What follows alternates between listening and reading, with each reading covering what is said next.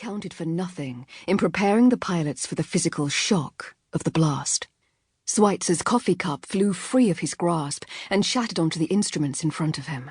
Cook's seatbelt was not properly fastened, and he was hurled into the back of Schweitzer's seat. He heard his collarbone snap.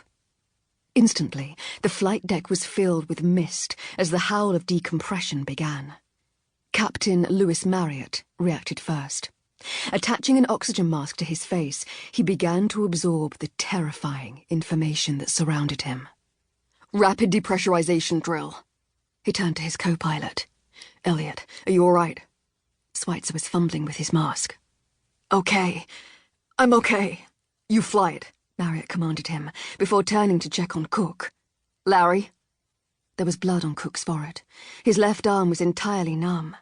He could feel the break in the collarbone against his shirt.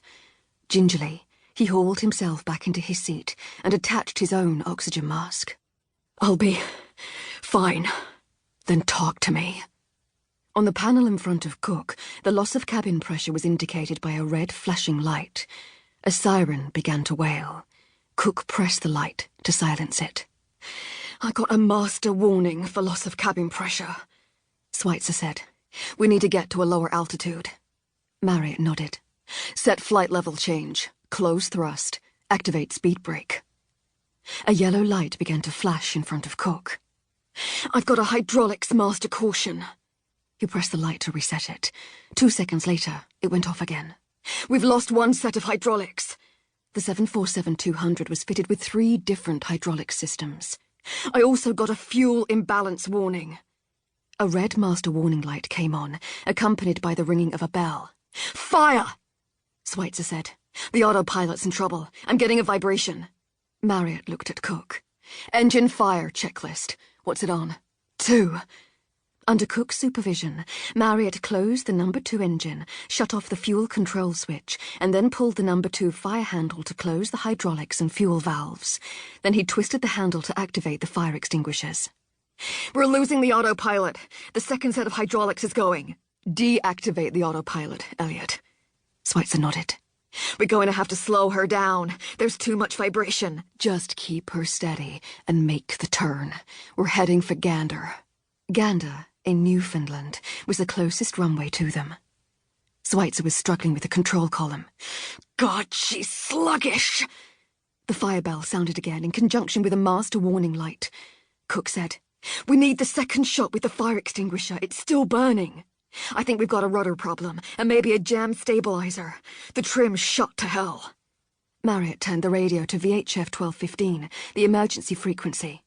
"Mayday, mayday, mayday. This is Northeastern 027. We are in emergency descent. We have structural damage. We have an engine fire not extinguished." The violent deceleration hurled everyone forwards.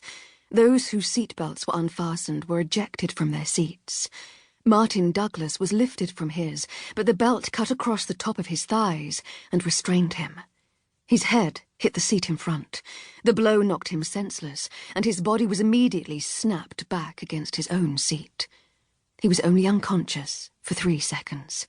Despite being dazed, Douglas knew that his nose was broken. The back of the seat in front had crushed it and ripped the skin in several directions. Blood was seeping from the star-shaped gash, but it was not slithering down his face. It was not staining his shirt or splattering his lap. Instead, it was being sucked off his skin. A sticky stream of crimson drops was hurtling forwards, flying over the seats in front, borne on the rushing air. Further forward, part of the cabin floor had collapsed. Broken seats were wrenched from their moorings and sucked into the night.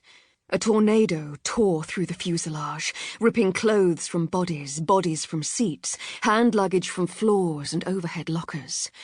All of this debris was inhaled by some enormous, invisible force towards the front of the 747. The majority of those who could were screaming, but their pitiful shrieks were lost in the roar of decompression. Others were unconscious, or already dead. The pain in his ears was agonizing, a consequence of the colossal percussive clap and the violent change in air pressure.